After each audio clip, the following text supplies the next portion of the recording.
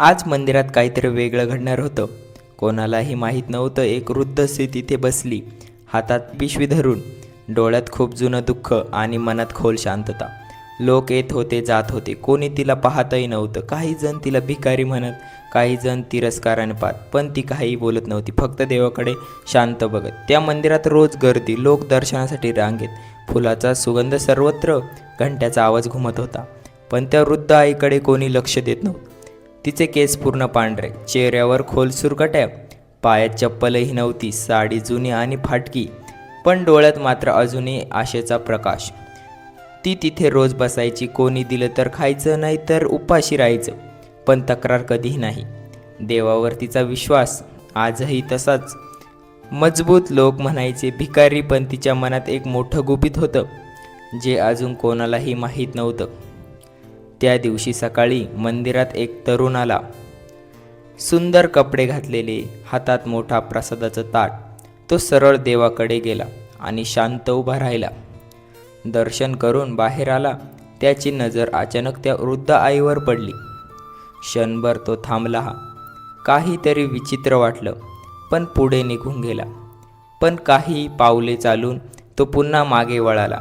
आई अजूनही तशीच शांत बसलेली दिसली. त्याच्या मनात प्रश्न, का, कोण जाणे, उठला. तो हळूच जवळ गेला. आईसमोर उभा राहिला. आईने वर बघितलं. डोळ्यात हलकी चमक, जणू तिने काही ओळखलं.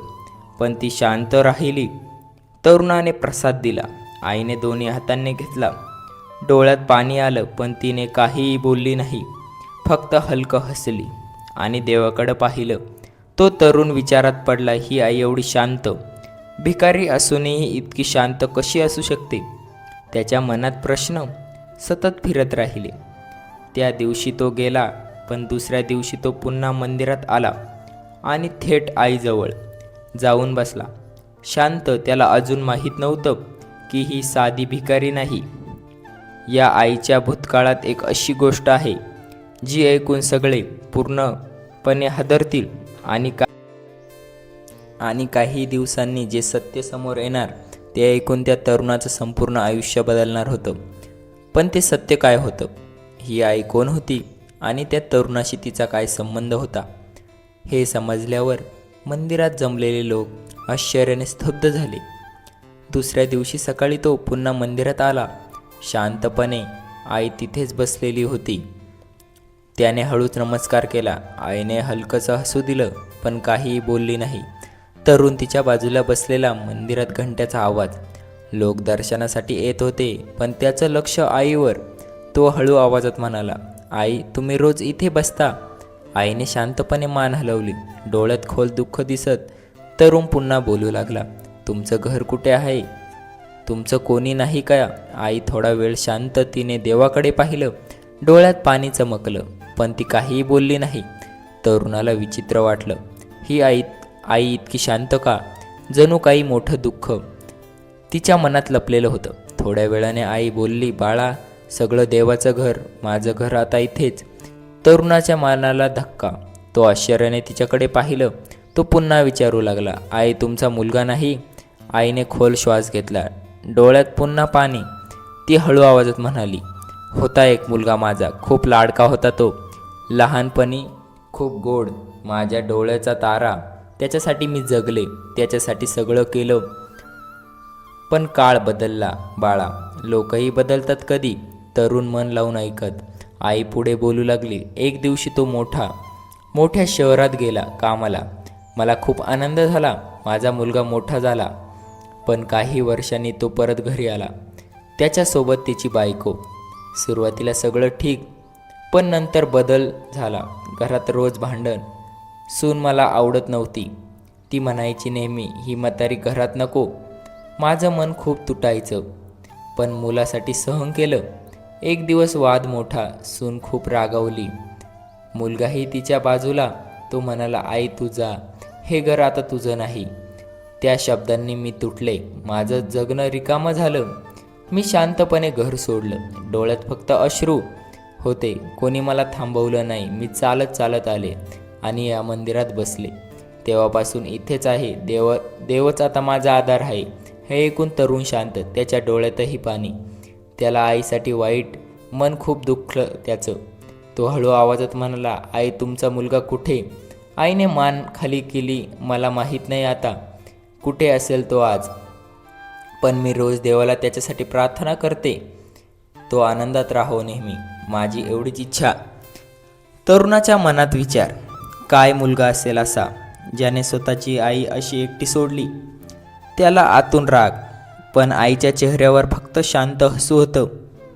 त्या क्षणी मंदिरात एक मोठी कार आली. त्यातून एक श्रीमंत तरुण खाली उतरला.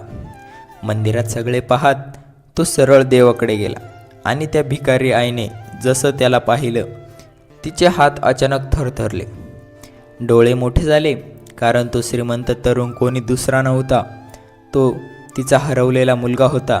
आईने त्याला पाहताच तिचे डोळे भरून आले, हात हलके थरथरले, श्वास जड झाला. अचानक ती काहीही बोलली नाही, फक्त त्याच्याकडे पाहत राहिली.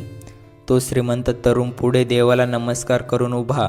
लोक त्याला पाहत होते, कारण तो मोठा माणूस, महागडे कपडे घातलेले, हातात महाग घड्याळ. आईच्या मनात वादळ, हा माझाच मुलगा का, की माझीच चूक असेल? ती पुन्हा नीट पाहते. हो, तोच तिचा मुलगा. लहानपणीचा चेहरा आठवतो, डोळ्याची तीच चमक, हास्य तसंच ओळखीचं. आईच्या डोळ्यात पाणी. तिला त्याच्याकडे जावंसं वाटलं, पण पाय पुढे गेला नाही. मनात भीती दाटली, तो मला ओळखेल का, की पुन्हा दूर जाईल? ती शांत बसून राहिली. मुलगा देवाला नमला आणि बाहेर निघाला. लोक त्याच्याशी बोलत, त्याला नमस्कार करत, तो सगळ्यांना उत्तर देत. आईकडे त्याची नजर क्षणभर थांबली. अचानक त्याने त्या भिकारीकडे पाहिलं, पण ओळख पटली नाही. तो पुढे निघून गेला. आईचं हृदय तुटलं, डोळ्यातून अश्रू वाहिले. ती देवाकडे पाहते. देवा इतकी परकी झाले की मुलगाही ओळखत नाही. ती शांत रडत बसली. जवळ बसलेला तरुण हे सगळं पाहत होता. त्याला आईचं दुःख जाणवलं. तो हळू आवाजात म्हणाला, आई तुम्ही ठीक आहात? आईने डोळे पुसले आणि हलकं हसली. हो बाळा, मी ठीक आहे. देव माझ्यासोबत. पण तिच्या आवाजात खूप खोल वेदना त्या तरुणाला जाणवल्या. तो बाहेर पाहू लागला. तो श्रीमंत मुलगा कारमध्ये बसला होता. लोक त्याला आदराने नमस्कार करत होते. तो मोठा उद्योगपती, सगळ्यांना माहीत होतं. आई त्याच्याकडे पाहत, मनात आठवणी जाग्या. लहानपणी तो मुलगा आईच्या कुशीत झोपायचा. आई भाकरी करून द्यायची, तो हसून खायचा. आई म्हणायची नेहमी, माझा मुलगा मोठा होईल. आज तो खरंच मोठा, पण आईपासून दूर. आईने खोल श्वास घेतला. देवा त्याला सुख दे, माझी एवढीच इच्छा. कार निघून गेली.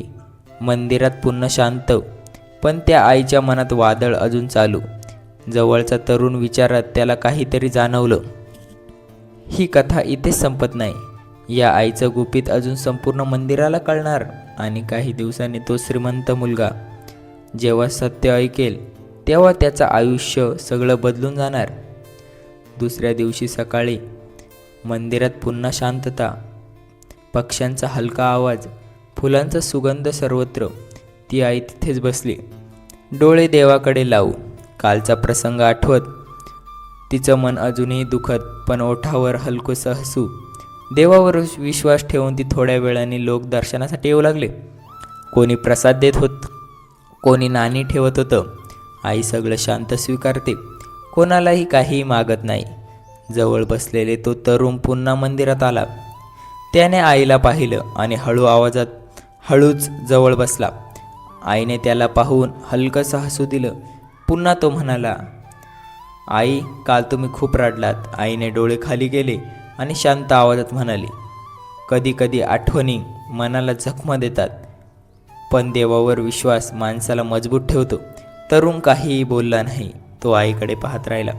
त्याच्या मनात प्रश्न, ही आई इतकी सहनशील कशी राहू शकते? अशी थोड्या वेळाने मंदिरात लोकांचे लक्ष परत तिकडे गेले. तो श्रीमंत तरुण परत मंदिरात आला. आज त्याच्यासोबत त्याची बायको होते. दोघेही देवाकडे गेले. लोक त्यांना नमस्कार करत. आई दुरून पाहत होती. तिचं हृदय जोरात धडधडत. ती स्वतःला थांबत होती, कारण पुन्हा नकार सहन होणार नव्हता. देव दर्शन करून ते मंदिरातून बाहेर आले. त्याची बायको आजूबाजूला लोकांकडे पाहत होती. तिची नजर अचानक त्या भिकारी आईवर पडली. ती चेहरा वाकडं करून पतीला हळू म्हणाली, इथे किती भिकारी बसले, मंदिराची शोभा खराब. श्रीमंत मुलगा शांत, पण त्यानेही आईकडे पाहिलं. क्षणभर काहीतरी जाणवलं, जणू ओळखीचा चेहरा. पण तो पुन्हा शांत. त्याने काहीही विचारलं नाही. आईचे डोळे पुन्हा पाण्याने भरले. ती देवाकडे पाहत, देवा मला शक्ती दे, माझ्या मुलाला सुख दे. तो माझा नाही तरी माझाच आहे. ते दोघे कारमध्ये बसले आणि तिथून निघून गेले. जवळचा तरुण सगळं शांतपणे पाहत होता. त्याला आता खात्री, हीच त्या श्रीमंताची आई. त्याच्या मनात ठरलं, हे सत्य बाहेर आणणार, पण कसे करायचं हा मोठा प्रश्न होता. मंदिरातील दिवस पुढे पण येणार दिवस या कथेचा सर्वात. त्या दिवशी संध्याकाळी झाली. मंदिरात दिवे लावले. घंट्याचा आवाज घुमला. लोक आरतीसाठी जमले. ती आई तिथेच बसली, हात जोडून देव पाहत, डोळ्यात शांत प्रार्थना, मनात खोल वेदना. जवळचा तो तरुण आरतीनंतर तिच्याकडे आला. तो हळू आवाजात म्हणाला, आई, मला काही कळलं. तुमचा मुलगा कोण आहे? आई घाबरून त्याच्याकडे पाहते. ती काही क्षण शांत, नंतर हळू आवाजात म्हणाली, बाळा, तू काही विचारू नको. जुन्या जखमा पुन्हा दुखतात. तरुण म्हणाला, आई, सत्य लपून उपयोग नाही. तुमचा मुलगा मोठा माणूस, पण त्याला त्या सत्य कळायला हवं. आईचे डोळे भरून आले. ती देवाकडे पाहते. तेव्हा काय करू आता? तरुण पुन्हा म्हणाला, आई, तुम्ही घाबरू नका, मी तुमच्या सोबत आहे. आई शांत बसली. काही वेळ विचार केला, नंतर हलकं मान हलवली. ती म्हणाली, ठीक आहे, पण त्याला दुःख नको, तो आनंदात राहू दे. तरुण म्हणाला, आई, सत्य कधी वाईट नसतं. कधी कधी सत्य माणसाला बदलतं पूर्ण. त्या रात्री मंदिर शांत, पण त्या तरुणाच्या मनात एक मोठा निर्णय झाला. तो दुसऱ्या दिवशी त्या श्रीमंत मुलाला भेटणार आणि त्याला सांगणार त्या भिकारी आईबद्दल. दुसऱ्या दिवशी सकाळी तो तरुण शहरात गेला. मोठ्या ऑफिससमोर उभा. तेच त्या मुलाचं ऑफिस. मोठं इमारत चमकत, लोक आत बाहेर जात. तो रिसेप्शनवर गेला आणि भेट मागितली. काही वेळाने त्याला आत बोलवलं गेलं. तो श्रीमंत मुलगा मोठ्या खुर्चीत बसलेला. तरुणाने नमस्कार केला आणि शांत बसला. श्रीमंत मुलगा विचारतो, तुम्हाला काय काम आहे? तरुण म्हणाला शांत, मला तुमच्याशी बोलायचंय, एक भिकारी आईबद्दल. तो शब्द ऐकून श्रीमंत मुलगा हसला. तो म्हणाला, इथे अशा गोष्टीसाठी वेळ नाही. तरुण पुन्हा म्हणाला, ती साधी भिकारी नाही, तुमच्या आयुष्या संबंध. हे ऐकून तो थांबला. त्याच्या चेहऱ्यावर बदल. तो म्हणाला शांतपणे, काय म्हणायचं आहे तुम्हाला? तरुण म्हणाला हळू, ती आई मंदिरात बसते आणि रोज तुमच्यासाठी देवाकडे प्रार्थना करते. श्रीमंत मुलगा आश्चर्यचकित. तो विचारतो, का? तरुण म्हणतो, कारण ती आई दुसरी नाही, ती तुमचीच आई आहे. हे ऐकून तो पूर्णपणे स्तब्ध झाला. त्याच्या हातातून पेन पडले. डोळे मोठे झाले अचानक, कारण त्याला वाटलं त्याची आई खूप दूर कुठेतरी असेल. पण मंदिरात भिकारी, हे त्याला विश्वास बसत नव्हता अजिबात. त्याच्या मनात आठवणी, लहानपणाचे दिवस जागे. आईचा आवाज आठवला, आईची माया आठवली आणि त्या क्षणी त्याच्या डोळ्यात पाणी हळूहळू भरू लागलं. काही क्षण शांत, डोळे खाली झाले, मनात वादळ उठले. त्याला काही सुचत नव्हते. तरुण त्याच्याकडे पाहत शांत बसून राहिला. थोड्या वेळाने श्रीमंत मुलगा हळू आवाजात म्हणाला, तू काय बोलतोस? माझी आई मंदिरात भिकारी म्हणून बसली, हे कसं शक्य आहे? तरुण शांतपणे म्हणाला, मी स्वतः पाहिलं आहे. ती रोज तिथे बसते आणि तुमच्यासाठी प्रार्थना करते. मुलाच्या डोळ्यात पाणी. त्याला कालची भेट अचानक आठवली. पुन्हा तीच वृद्ध स्त्री जिच्याकडे त्याने पाहिलं पण ओळखलं नाही. त्याच्या मनात पश्चाताप, मोठा धक्का बसला. तो खुर्चीतून उठला. हात थरथर कापू लागले.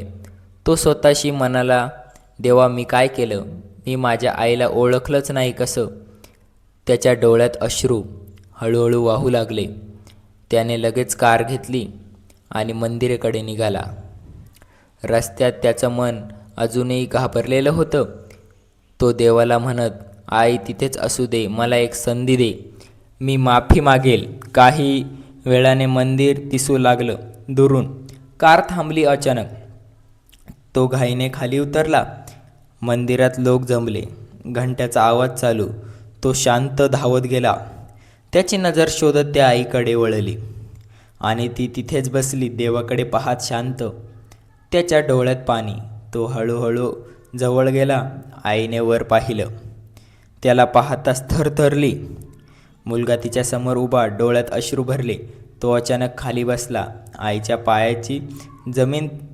आईच्या पायाला धरलं आणि जोरात रडू लागला. तो म्हणाला, आई मला माफ कर. आज मी खूप मोठी चूक केली. आयुष्य मी तुला ओळखलं नाही. आईचे डोळे भरले. तिने थरथरत्या हातांनी त्याचा चेहरा धरला आणि शांतपणे म्हणाली, बाळा तू रडू नको. आई कधी रागवत नाही. आई नेहमी माफ करते. मंदिरातील लोक थांबले. सगळे हे दृश्य पाहत. त्याच्या डोळ्यातही पाणी, कारण इतकं भावनिक दृश्य कोणी पाहिलं नव्हतं. मुलगा अजूनही रडत आईच्या मांडीवर डोकं ठेवून बसला शांत. तो म्हणाला, आई आजपासून तू एकटी नाही, माझ्यासोबत राहशील. मी तुला घरी घेऊन जाणार आजच. आईने देवाकडे पाहिलं. डोळ्यात आनंद चमकला. ती म्हणाली, देवा आज माझी प्रार्थना खरंच पूर्ण झाली. मंदिरात शांतता पसरली. लोक स्तब्ध उभे होते. आई आणि मुलगा एकमेकांकडे पाहत होते. मुलाच्या डोळ्यात पश्चाताप, आईच्या डोळ्यात माया. तो अजूनही रडत आईचे हात धरून हळू आवाजात म्हणाला, आई मला माफ कर. मी तुझ्यावर अन्याय केला. तुला घरातून काढलं. मी खूप मोठी चूक केली आहे आयुष्यात. आई शांतपणे ऐकत त्याच्या डोक्यावर हात फिरवत म्हणाली, हलके बाळ. आई रागवत नाही. आईचं मन मोठं असतं. तू आनंदात राहा, हेच माझं सुख आहे. मुलगा पुन्हा रडला.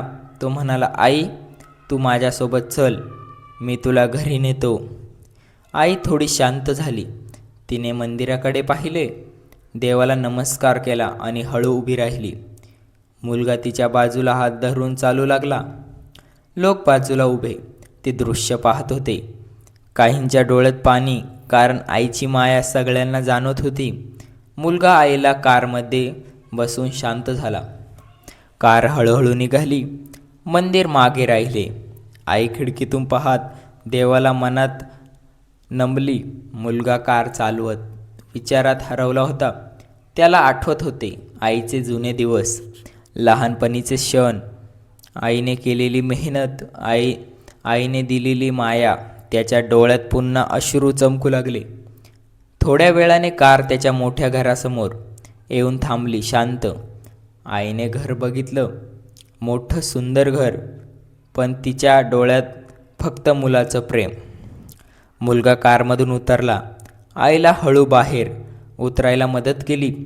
तेवढ्यात घरातून त्याची बायको बाहेर आली. आश्चर्याने पाहत तिने विचारलं अचानक, ही कोण आहे इथे? मुलगा शांत आवाजात म्हणाला, ही माझी आई, आजपासून इथेच राहील. बायकोचा चेहरा बदलला. ती काही क्षण शांत, मग रागाने म्हणाली, ही भिकारी इथे कशी राहणार आता? मुलाच्या चेहऱ्यावर राग. तो ठाम आवाजात म्हणाला, ही भिकारी नाही, ही माझी आई आहे, जिने मला मोठं केलं. आणि आजपासून आईला कोणीही दुखावलं तर मला सहन होणार नाही कधी. घरात शांतता पसरली. आईने मुलाकडे पाहिलं. डोळ्यात अभिमान चमकला, कारण आज तिचा मुलगा खरंच बदलला होता. घरात काही क्षण शांतता. सगळे एकमेकांकडे पाहत. मुलगा आईसमोर उभा, डोळ्यात पश्चाताप भरलेला. आई मात्र शांत उभी, ओठांवर हलकंसं हसू. मुलगा हळू आवाजात म्हणाला, आई आते, हे घर तुझंच आहे. आईने पाऊल टाकलं. घराच्या उंबरट्यावर थांबली. तिने देवाचं नाव घेतलं. डोळ्यात आनंद चमकला, कारण अनेक दिवसांनी ती पुन्हा घरात आली. मुलगा तिच्या बाजूला हळू चालत होता. त्याच्या मनात ठरलं, आता आई कधी रडणार नाही. घरातल्या लोकांनाही शांतपणे आईकडे पाहिलं, कारण त्या क्षणी त्यांना आईची माया समजायला लागली होती. आईने मुलाकडे पाहिलं, हात त्याच्या डोक्यावर ठेवला आणि हळू म्हणाली, बाळा आनंदात राहा, आईला काहीही नको, फक्त तुझं प्रेम प्रेम पुरे. मुलाच्या डोळ्यात पुन्हा अश्रू भरून आले. तो आईच्या मिठीत जोरात रडू लागला. आईने त्याला जवळ घेतलं आणि म्हणाली, देव सगळं पाहतो आणि योग्य वेळी सगळं बदलतो आयुष्य. त्या दिवसानंतर मुलगा रोज मंदिरात जाऊन देवाला नमायचा, कारण त्याला समजलं आईपेक्षा मोठं काही नाही या जगात आणि आईच्या आशीर्वादाशिवाय सुख कधी मिळत नाही.